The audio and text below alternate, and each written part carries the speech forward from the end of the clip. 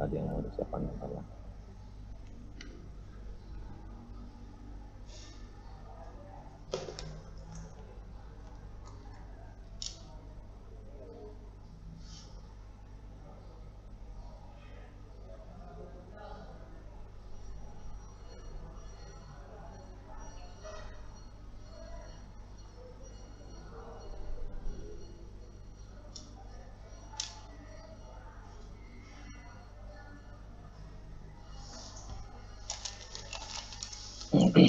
Baik.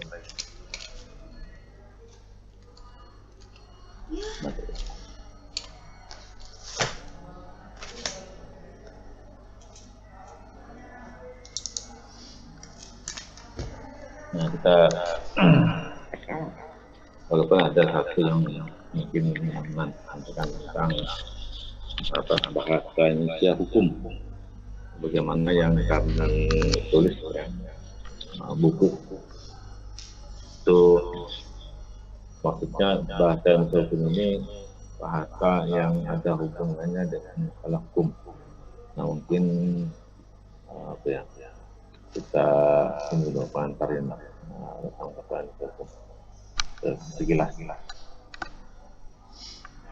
belum masuk tentang bahasa sejarah. Nah,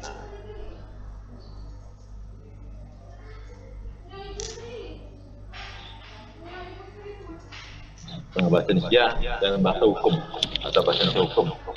Ada kadang disebut bahasa Indonesia hukum atau bahasa hukum Indonesia, atau yang mana yang lebih tepat itu mungkin bahasa Indonesia hukum ya, bahasa Indonesia, tapi bahasa Indonesia secara hukum lah. Nah, yang berikutkan kepada hukum. Nah, hukum dan bahasa ya.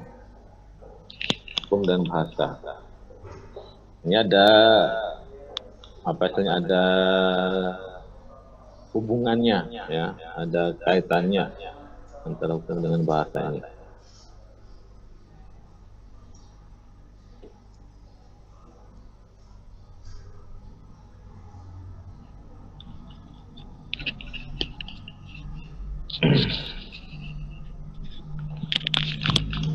Nah, salah satu persyaratan teknis ya, salah satu syarat teknis pembentukan peraturan perundang-undangan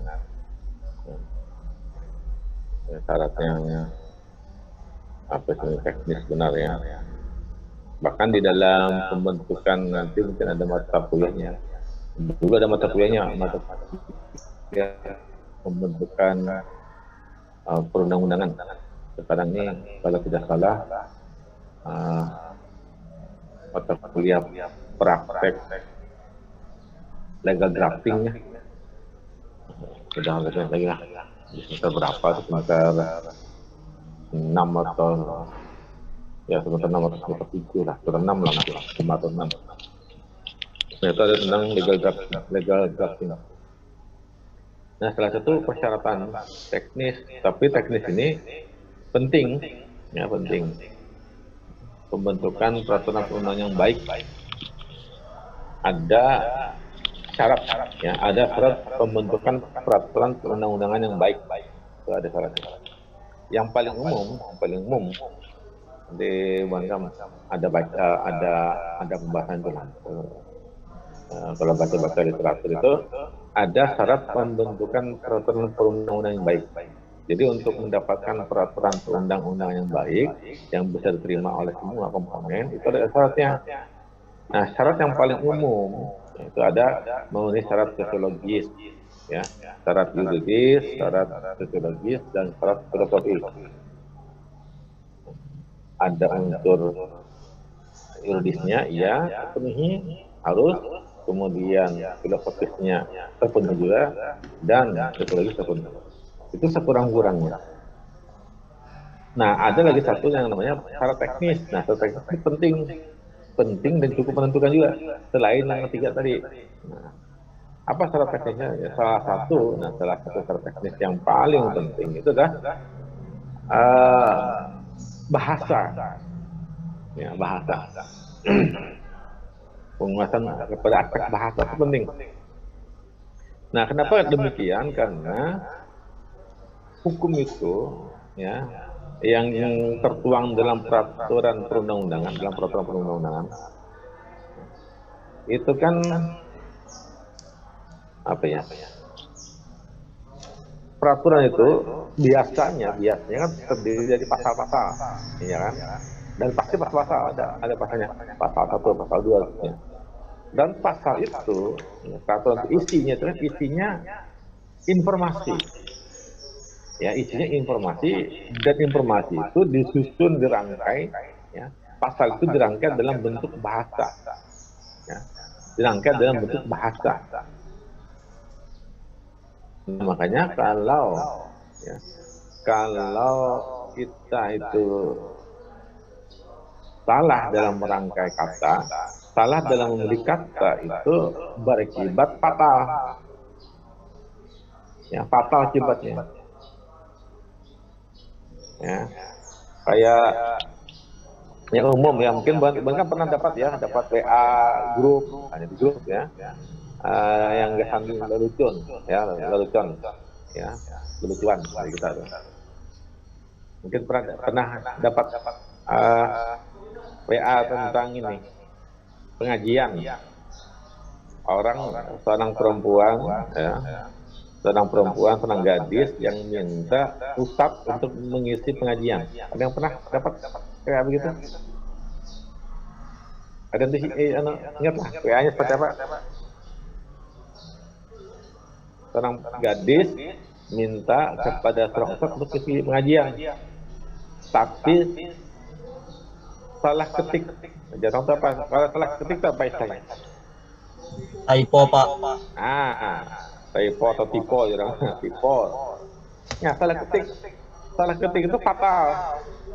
Masih ada yang pernah dapat ya begitu? Tentang ustadz yang diminta pengajian oleh seorang gadis? Siap tidak, Pak? Kayaknya belum ada yang tahu deh, Pak. Iyalah. Nah, jadi gadis itu WA ustadz untuk minta pengajian. Nah, isinya apa? Ustaz, bisakah Ustaz mengisi hati ini? Wah, iya kan? Ustaz, bisakah mengisi hati ini? Begitu dapat WA itu, Ustaz kan kelabakan. Waduh, kalau itu harus izin dulu dengan istri saya. Nah kan, apa yang salah? Penggunaan katanya, Pak. Yang salahnya mana? Iya kan? Maksudnya itu mengisi kajian hari ini. Maksudnya mengisi kajian hari ini. Tapi terus bisakah mengisi hati ini? Nah kan itu. Tipe kan? Fatal itu. Ya, fatal. Ya, bahasa. Ini pentingnya bahasa dalam hukum itu. Ada dulu, berarti kan masih belum masih kecil lah, masih kanak-kanak. Bukan kami lahir tahun 2000 berapa? 2001, 2002 ya. Kita telah. Iya, Pak. Jadi mungkin kita tahu, mungkin kita pernah dengar kisahnya. Salah satu yang menjadi buronan di kejaksaan anaknya Soeharto itu adalah Tommy Soeharto. Nah, Tommy Soeharto itu jadi buronan jaksa. Hilang, kayak Harun Masiku juga hilang. Nah, kalau Harun Masiku mungkin sudah tahu lah beritanya. Nah, Harun Masiku itu hilang juga. Nah, jadi tapi si Tommy Soeharto itu punya advokat namanya Juan Felix Tampubolon. Ya, Juan Felix Tampubolon, dia punya advokat. Nah, advokat itu yang menjadi jubirnya, ya, yang mewakili Tommy. Tapi Tommy tidak ada, dicari beda. Tapi selalu yang istilahnya menjadi jubir yang tampil ke publik itu pengacaranya, advokatnya, ya, Tampubolon ini. Nah, lalu di masyarakat ini ya beredar ya informasi bahwa Tommy Soto itu sembunyi. Di mana sembunyi? Di ruang bawah tanah, di bunker. Nah, di ruang bawah tanah, di rumahnya. Ujar si Juan Felix Sambu Boleng itu tidak.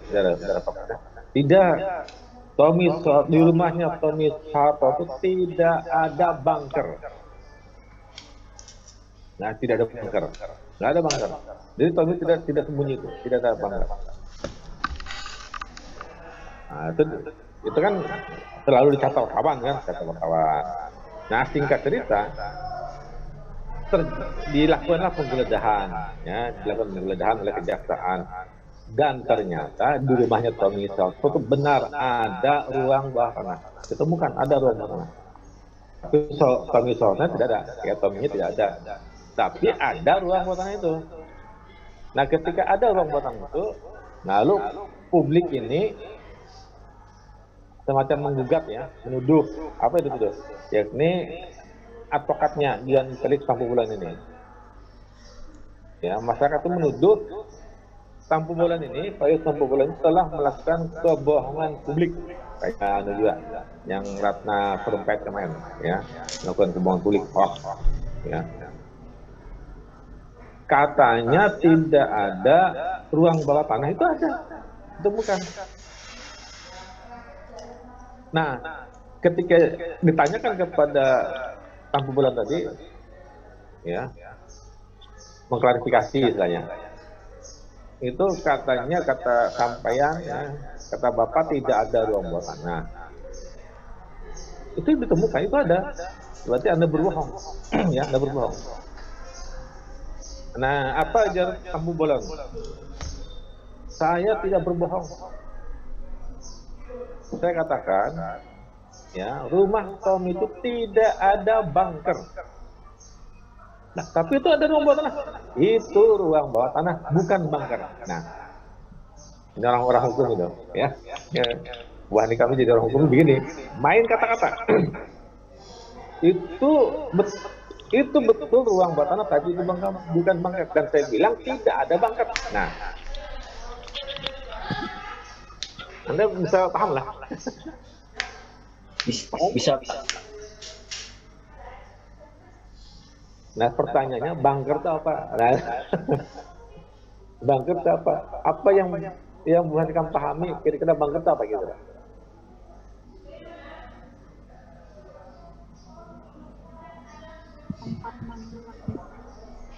Tempat menyimpan apa? Lindungan. Tempat bersembunyi, Pak. Tempat bersembunyi. Ruang bawah tanah. Ruang bawah tanah. Iya kan, tempat bersembunyi di bawah tanah. Kalau ruang bawah tanah, kalau ya intinya ruang bawah tanah tempat untuk bersembunyi kan begitu, iyalah. Nggih. Tapi tadi ujar Felix tadi itu bukan bunker, itu ruang bawah tanah betul, tapi gudang. Nah, itu gudang bukan bunker katanya. Nah, kira-kira kalau bukan orang hukum, aparat kejaksaan ini mendengar penjelasan itu kira-kira menerima kan? Orang hukum itu mainnya di kata-kata itu. Itu orang hukum nih.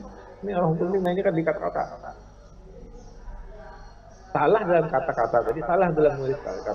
Kata itu bermakna, ya, punya makna. Contoh lagi. Ini kita belum selesai lah untuk yang masalah ruang bawah tanah tadi. Bunker. Nanti deh kita selesaikan. Contoh. Dulu juga di KHP. Ya, dulu waktu KHP masih zaman Belanda itu. Di Belanda juga kejadiannya. Kan KHP kita ini terjemahan ngambilnya Belanda, ya, WPS. Ada tentang pencurian. Pasal pencurian, kalau Anda pernah membaca pasal pencurian. Dari Google juga ketemu tuh. Ya. Pasal itu pasal 362 namanya. 362 nih. Pencurian. Nah, definisi itu ada.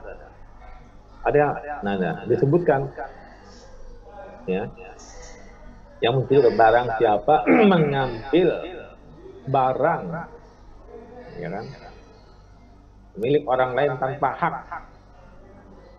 Jadi gitu, barang siapa mengambil barang milik orang lain tanpa hak. Nah, pertama, yang namanya barang itu apa ya? Benda. Benda yang bisa dipegang, intinya itulah. Dilihat. Dan bisa dipakai. dipakai. Gunakan. Ada fisiknya lah, bisa Ya. diraba, bisa dilihat, nah, lalu di Belanda ini ada kasus orang dituduh mencuri listrik. Ya kita kan mengait kabel listrik, dibawa ke pengadilan. Pertanyaannya, listrik itu barang atau bukan? Nah, listrik itu barang atau bukan? Kan. Materi, Pak. Iya. Energi, Pak, energi. Zat. Iya. Nah, karena dulu itu dipahami barang tuh seperti ini, barang tuh ada bendanya, ada wujudnya. Sekarang listrik itu ada wujudnya bagaimana? Tapi dia terpetik ya, terpetik. Dia mau mencuri. Lalu yang namanya barang itu apa? Nah, ya itu permainan dia. Oh itu bukan barang, bicara pengacaranya kan, itu bukan barang. Karena yang namanya barang tadi ada wujudnya dan sebagainya. Listrik tidak ada, tidak kelihatan. Ya. Nah, walaupun akhirnya ya itu Mahkamah Agung lah, Mahkamah Agung akhirnya memutus yaitu itu barang, listrik itu termasuk barang. Nah itu maksudnya keahlian orang hukum di situ. Ya, wani apa bisa mengotak-atik. Nah tadi ujar tadi itu bukan bunker, itu gudang bawah tanah. Lalu ujar tadi apa yang namanya bunker itu? Nah, apa sih bunker itu? Bunker itu kalau menurut kamus itu tempat bersembunyi betul, tempat berlindung dari apa? Dari perang. Sedangkan tadi ruang bawah tanah tadi kan itu tempat menyimpan barang tadi bukan untuk berlindung dari perang. Nah, berarti dia bukan bunker. Selamatlah Felix itu. Ya, selamat dia tidak dikatakan sebagai orang yang melakukan kebohongan publik. Nah itu, ini bahasa hukum. Ya. Nah, jadi kalau ketika Anda nanti jadi legal drafter, orang yang menyusun peraturan perundang-undangan itu, salah Anda memilih kata itu, walaupun maksudnya ini, misalnya maksudnya itu, tapi salah, itu nanti maknanya salah juga. Nah, seperti tadi, seorang gadis tadi minta diisikan hati ini, jangan ya, kapan bisa mengisi hati ini? Nah, ya. Salah. Tipe itu fatal, ya, tidak bisa dianggap sepele dalam ilmu hukum, tidak bisa dianggap sepele, yang penting. Nah ini bahasa hukum. Nah bahasa hukum ini berbeda dengan bahasa lain pada umumnya. Karena hukum memiliki karakteristik, ya, karakteristik tersendiri sebagai sebuah ilmu. Hukum ini ilmu, ya, hukum ini ilmu. Sebagai sebuah ilmu, dia punya bahasa sendiri. Bahasa hukum namanya. Kayak fisika itu kan bahasa. Fisika itu kan ilmu fisika. Maka sebagai ilmu, dia punya bahasa sendiri. Istilah-istilah fisika. Contoh, kata gaya. Ya, gaya. Kalau kita kan sehari-hari, si fulan tuh gaya benar. Ya, gaya sekali dia. Nah, dengan maksudnya ya tingkah lakunya itu dengan baik, dengan apa? Nah itu kan dia ada apa? Gaya dalam bahasa gaul atau bahasa keseharian itu beda ketika kita belajar fisika dulu. Ada gaya tarik menarik, iya kan? Tapi bukan gaya sebagaimana yang dipahami orang awam. Sama-sama menggunakan kata gaya, iya kan?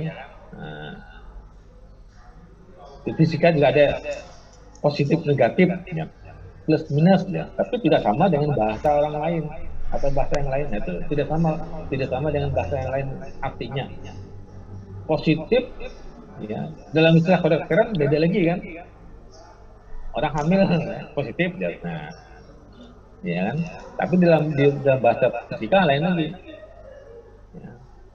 Dalam bahasa matematika lain lagi. Kenapa? Ya, matematika itu ilmu. Maka ilmu dia punya bahasa sendiri. Ya. Nah, hukum juga begitu. Ya, hukum juga begitu. Nah, dia punya bahasa sendiri yang berbeda dengan bahasa lainnya. Ya, dia punya makna sendiri. Sama-sama bisa jadi kata yang dipakai itu sama, bisa jadi. Ya. Bisa jadi kata yang dipakai itu sama oleh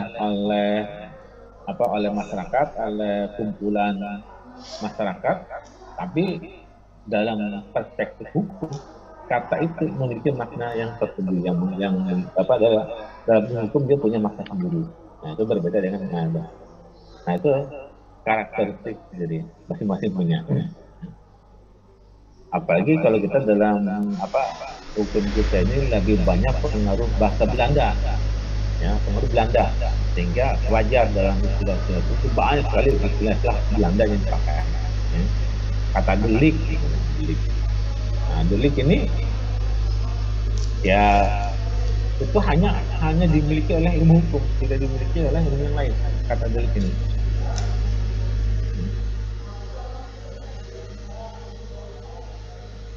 Dan sebagainya banyak. Nah, ilmu hukum ada ilmu yang sifatnya generis. Itu nanti di semester 1 ada sudah, insya Allah ada. Dalam mata kuliah ilmu hukum dan kita ada belajar ilmu hukum. Dengan semester 1. Ini walaupun kita belajar bahasa Indonesia, tapi bahasa pangangkal kita campur aduk kan. Sebagian besar bahasa Indonesia, sebagian kecilnya campur bahasa Banjar.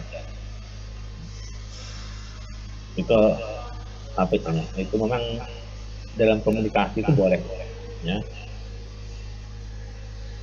Dalam kita kuliah itu boleh. Walaupun secara resmi ya, secara formal dalam perkuliahan itu wajib pakai bahasa Indonesia, wajib.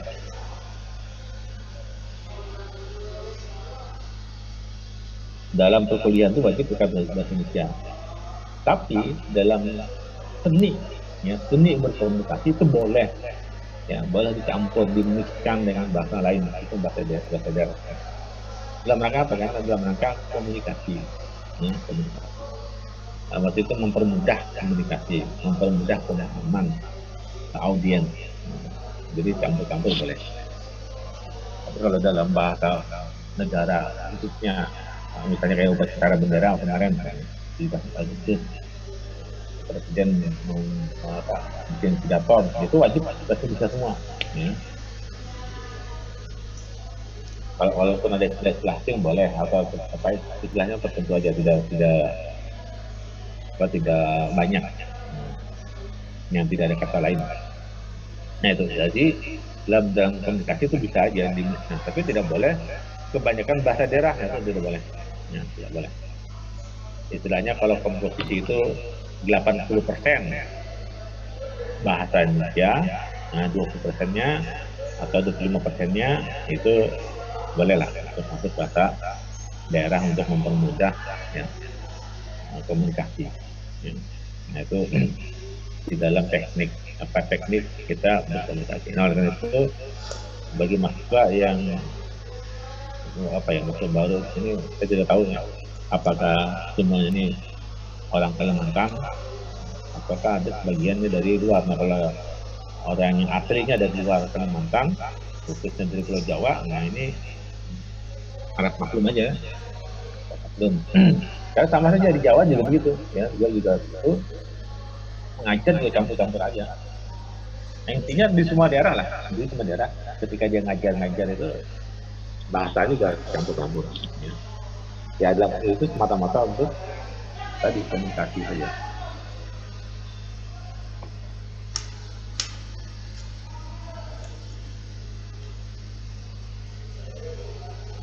Nah, jadi ada sui generis, yakni ilmu yang berdiri sendiri. Maksudnya dia berdiri sendiri.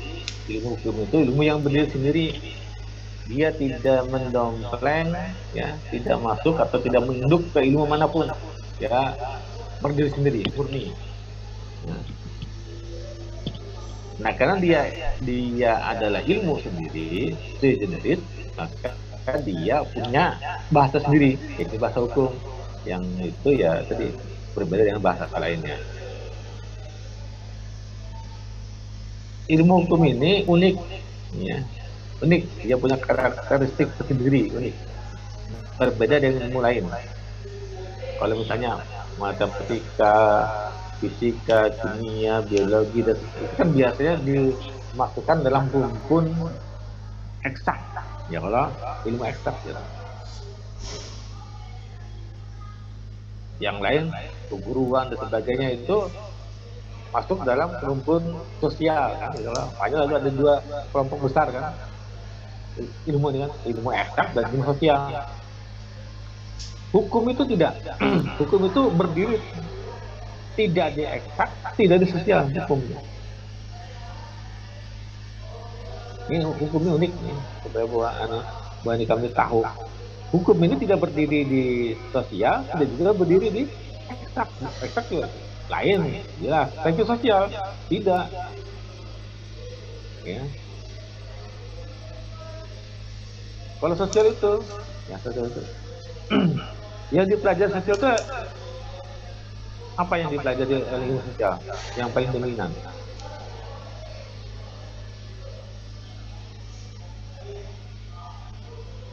Pendidikan, diskusi politik dan sebagainya yang paling dominan.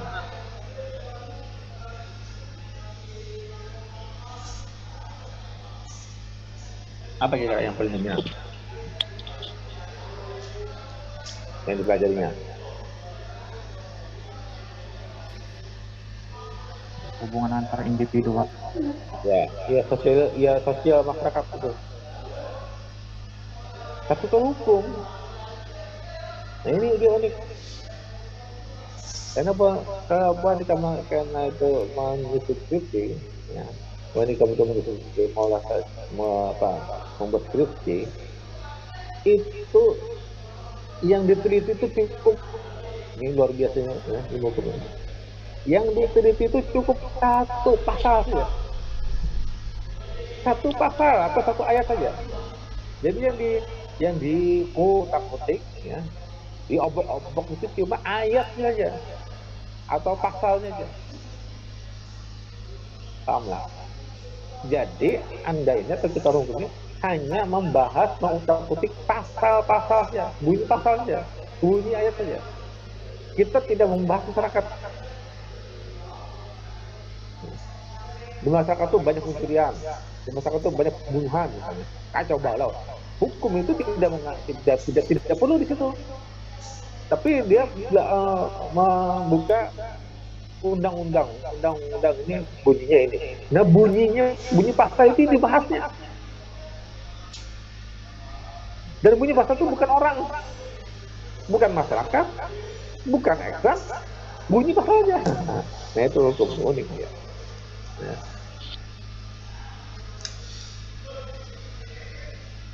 Walaupun nanti dalam prakteknya ilmu hukum ini terbagi dua, halnya nih apa istilahnya kelompok. Apakah istilahnya penelitian empiris itu? Nah, apakah penelitian empiris hukum itu termasuk ilmu hukum? Nah itu berdebat itu orang hukum, ya. Berdebat. Anda yang mengatakan penelitian hukum normatif empiris ya tetap dikategorikan penelitian hukum. Ada yang mengatakan tidak, itu bukan penelitian hukum, itu penelitian sosial. Nah, ya, kayak itu informasi lain. Nanti dalam hukum akan dipelajari, dan nanti dalam pelajaran penelitian hukum juga akan dipelajari sebagai informasi awal.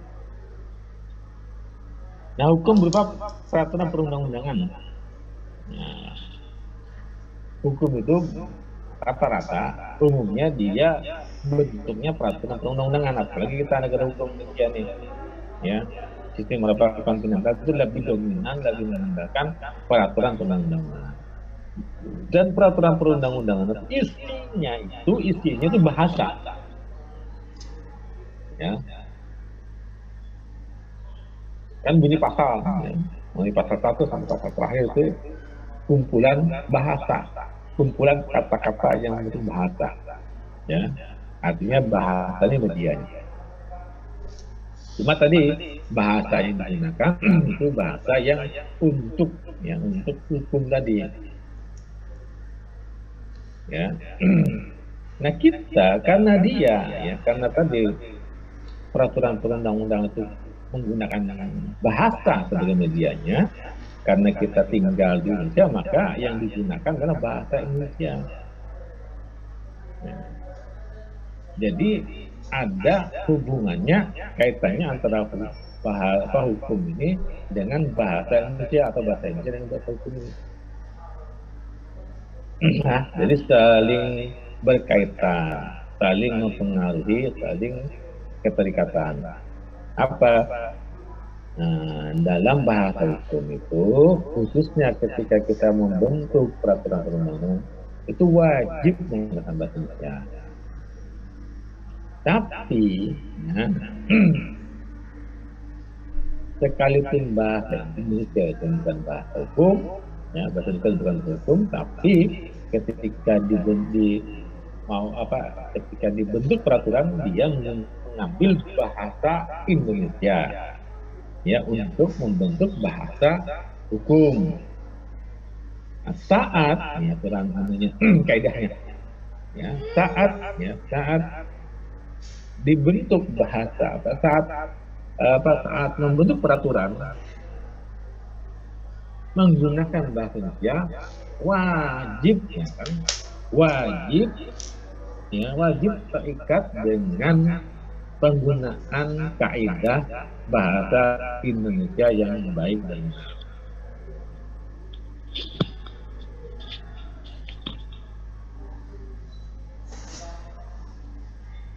Ya, jadi ini kita terangkan dulu supaya buat kamu paham.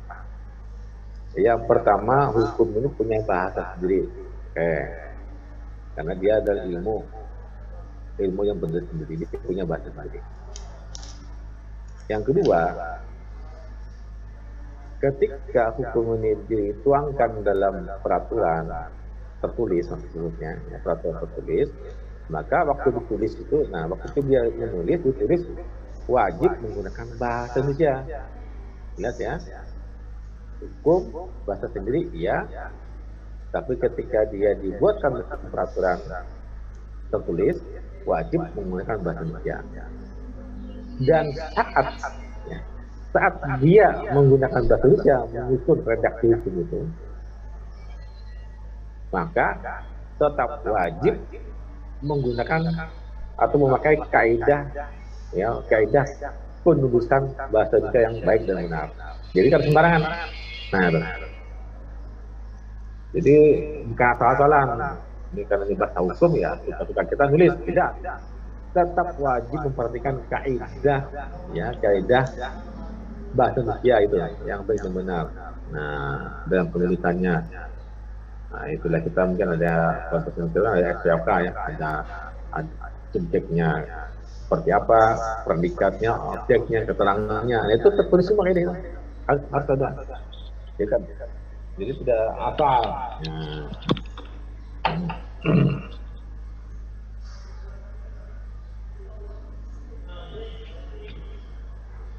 Makanya kalau Anda perhatikan pasal-pasal dalam peraturan undang-undang itu dia punya sebenarnya punya kekhasan, ya, yang punya kekhasan sebagai bahasa hukum.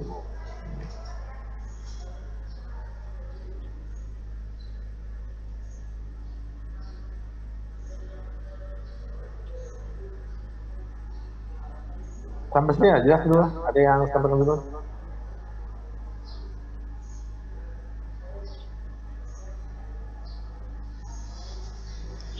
Jelas ya. Nah ini apa istilahnya, kaitan hubungan antara hukum dan bahasa, khususnya bahasa Indonesia. Jadi semuanya itu ada kaitannya, ya. Hukum ketika dituangkan dalam bahasa, ya bahasa Indonesia.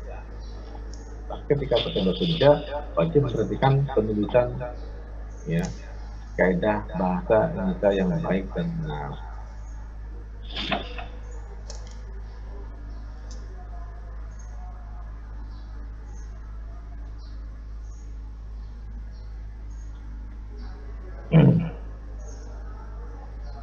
Nah, untuk bahasa apa? Secara umum tentang pengantar bahasa hukumnya. Nanti lebih dalam nanti untuk bahasa hukumnya, insya Allah Pak Ali nanti, ya. Karena sesi ini kita bagi dua sampai setengah semester. Terus saya kemudian nanti sisanya Pak Ali sampai selesai sampai final insya Allah. Itu rencana pembagian pemateri. Nah, rencananya nanti fokus untuk bahasa hukumnya mungkin nanti kita berikan ke Pak Ali gitu. Nah, kalau saya sendiri lebih fokus ke bahasa Indonesianya, ya, bahasa Indonesianya.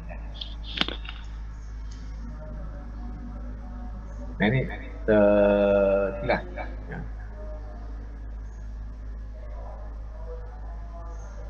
Oke, untuk ini berapa yang ini? Nah, kita ganti ke sejarah.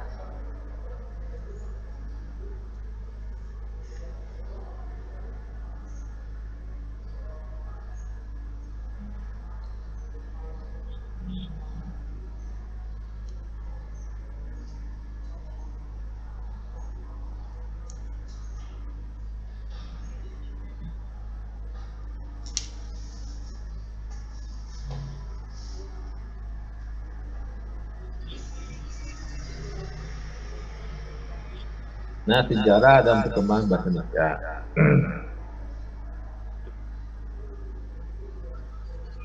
Semua materi nanti, ya, sudah kita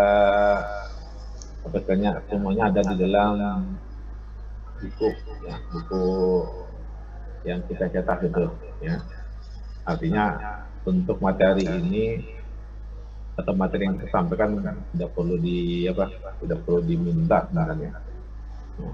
Karena semuanya nanti ada dalam buku itu, ya. Semuanya ada dalam bukunya. Nah, maksudnya nanti dipelajari di buku itu. Tahu sudah datang belum buku itu? Kemarin dicetak katanya 2 minggu kah 3 minggu kah dicetak sampai ke Banjar, entah apakah termasuk yang 2 minggu itu atau 3 minggu itu. Artinya bulan mungkin awal pertengahan September gitu, insya Allah.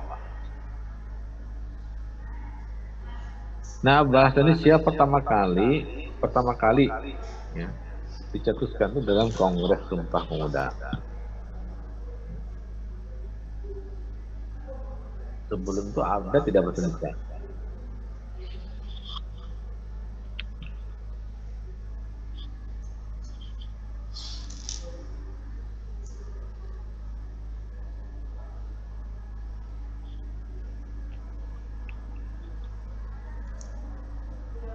Sebelum 28 itu adalah bahasa Indonesia. Ada Pak. Ada Pak. Ada, ya.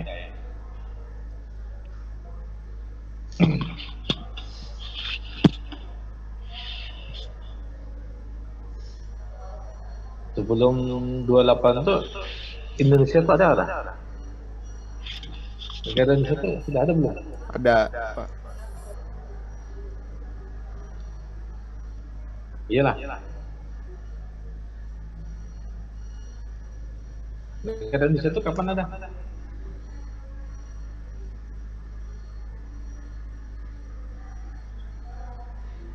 Mulai resminya pas merdeka kayaknya. Sebelumnya mungkin masih Sebelumnya kada resmi. masih ngikut Belanda, apa kan namanya Hindia Belanda. Iya, pertanyaannya negara Indonesia itu sebenarnya ada tidak sebelum itu? Itu Pak, Harusnya belum, Pak. bentuknya Nusantara. Iya, Nusantara tuh negara Indonesia itu bukan kembali. Bukan, Pak. Kalau bahasanya sebelumnya sudah ada pasti, cuman belum dijadiin bahasa kesatuan gitu Pak. Masih ingat nggak isi Sumpah Pemuda itu? Yang terkait dengan bahasa Indonesia.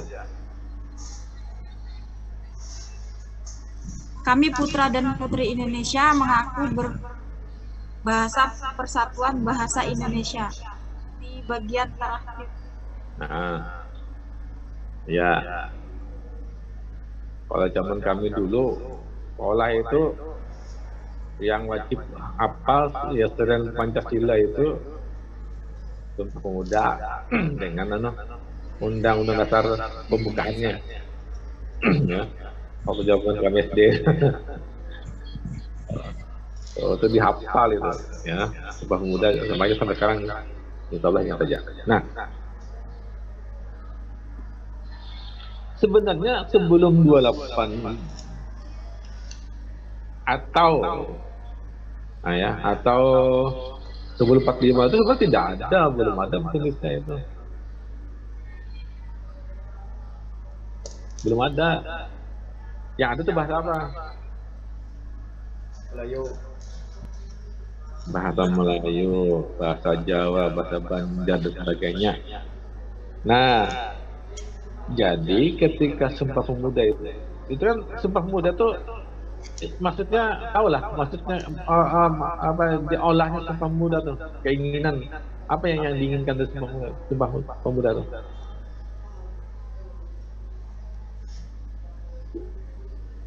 Izin menjawab Pak. Ya, bilang. Mungkin keinginan dari Sumpah Pemuda itu mereka masyarakat dari seluruh penjuru Indonesia itu Pak, kayak apa yuk, mau bersatu, pengen merdeka, pengen apa yuk, biar bisa itu Pak, biar bisa niatnya tuh satu, jadinya tuh kada campur aduk kayak itu. Ya, pengen bersatu, ingin bersatu, ya kan? Ingin bersatu, maka pertanyaan dengan sebelum atau sudah itu sudah ada tidak bahasa Indonesia, sudah ada tidak negara, kan belum ada. Tapi para pemuda di Sabang itu bercita-cita, ya, bertekad, ya, bersumpah untuk bersatu mereka. Bersatu dalam apa? Ya, dalam wadah yang namanya Indonesia. Ini kan masih tekad, masih cita-cita, tapi belum terbentuk kan? Kami ingin bersatu aja, bahasa kita satu. Pertanyaannya bahasa apa? Bahasa Indonesia. Ya Allah, kami ingin berbangsa. Bangsa apa? Bangsa Indonesia, ya kan gitu. Ingin ya, menjadi bangsa Indonesia, ingin punya bahasa Indonesia. Nah, ketika ingin punya bahasa Indonesia, pertanyaannya bahasa mana mau dipakai? Iya kan? Kan dari sama-sama mereka itu kan berbagai macam suku. Iya lah. Adalah suku Indonesia, belum ada kan? Nggak ada kan? Tapi kita akan membentuk Indonesia, iya. Nah, kalau nanti terbentuk negara Indonesia, terbentuk bangsa Indonesia ini, dibiarkan saja masyarakat itu berkomunikasi dengan bahasanya masing-masing, bisa tidak? Kira-kira tidak mungkin kan? Orang Dayak ketemu Jawa pakai bahasa masing-masing kan pasti tidak akan terjadi komunikasi. Tidak mungkin, ya kan? Maka harus ada bahasa yang menyatukan mereka, bahasa pengantar. Apa? Dipilihlah bahasa Indonesia. Cuma jadi masalah pertanyaan, bahasa Indonesia yang mana? Nah kan belum ada bahasa Indonesia. Lalu kita pakai bahasa yang mana? Nah, kan itu. Nah, dari sekian bahasa tuh yang dipilih adalah tadi apa tuh bahasa apa yang dipilih? Bahasa Melayu. Bahasa Melayu itu yang dipakai. Ya kan? Nah, bahasa Indonesia dimunculkan ya sebagai bahasa persatuan untuk menyambut ya terbentuknya negara. Artinya negara belum ada.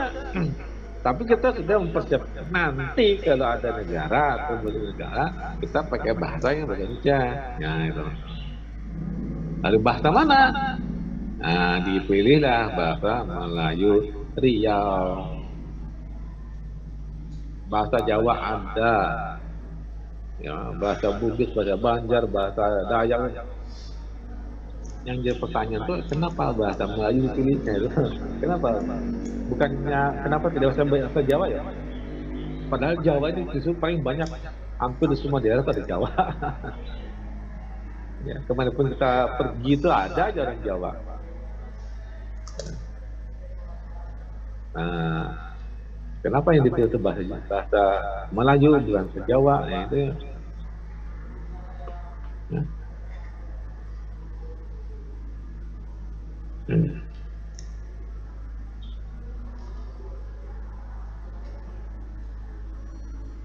Nah, penegasan bahwa bahasa Indonesia itu muasalnya adalah bahasa Melayu, khususnya Melayu Riau, itu disampaikan atau ditegaskan oleh Ki Hajar Dewantara ini, ya, yang menegaskan kembali bahwa sesungguhnya yang dinamakan bahasa Indonesia itu bahasa Melayu.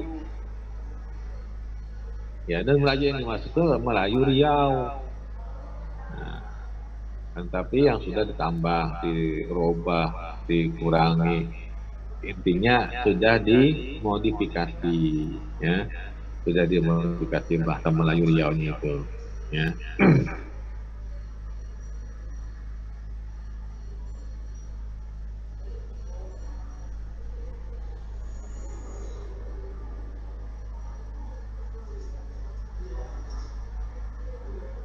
Nah, nama Melayu ini pertama nama Melayu itu ya asal muasalnya ya, itu ya digunakan sebagai nama kerajaan tua, ya, kerajaan lama, khususnya di daerah Jambi, ya masih bagian dari ini Sumatera, ya kan, di situ.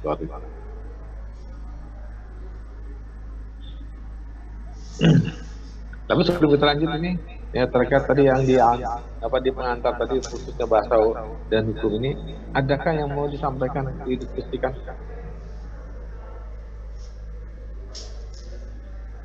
Atau cukup saja?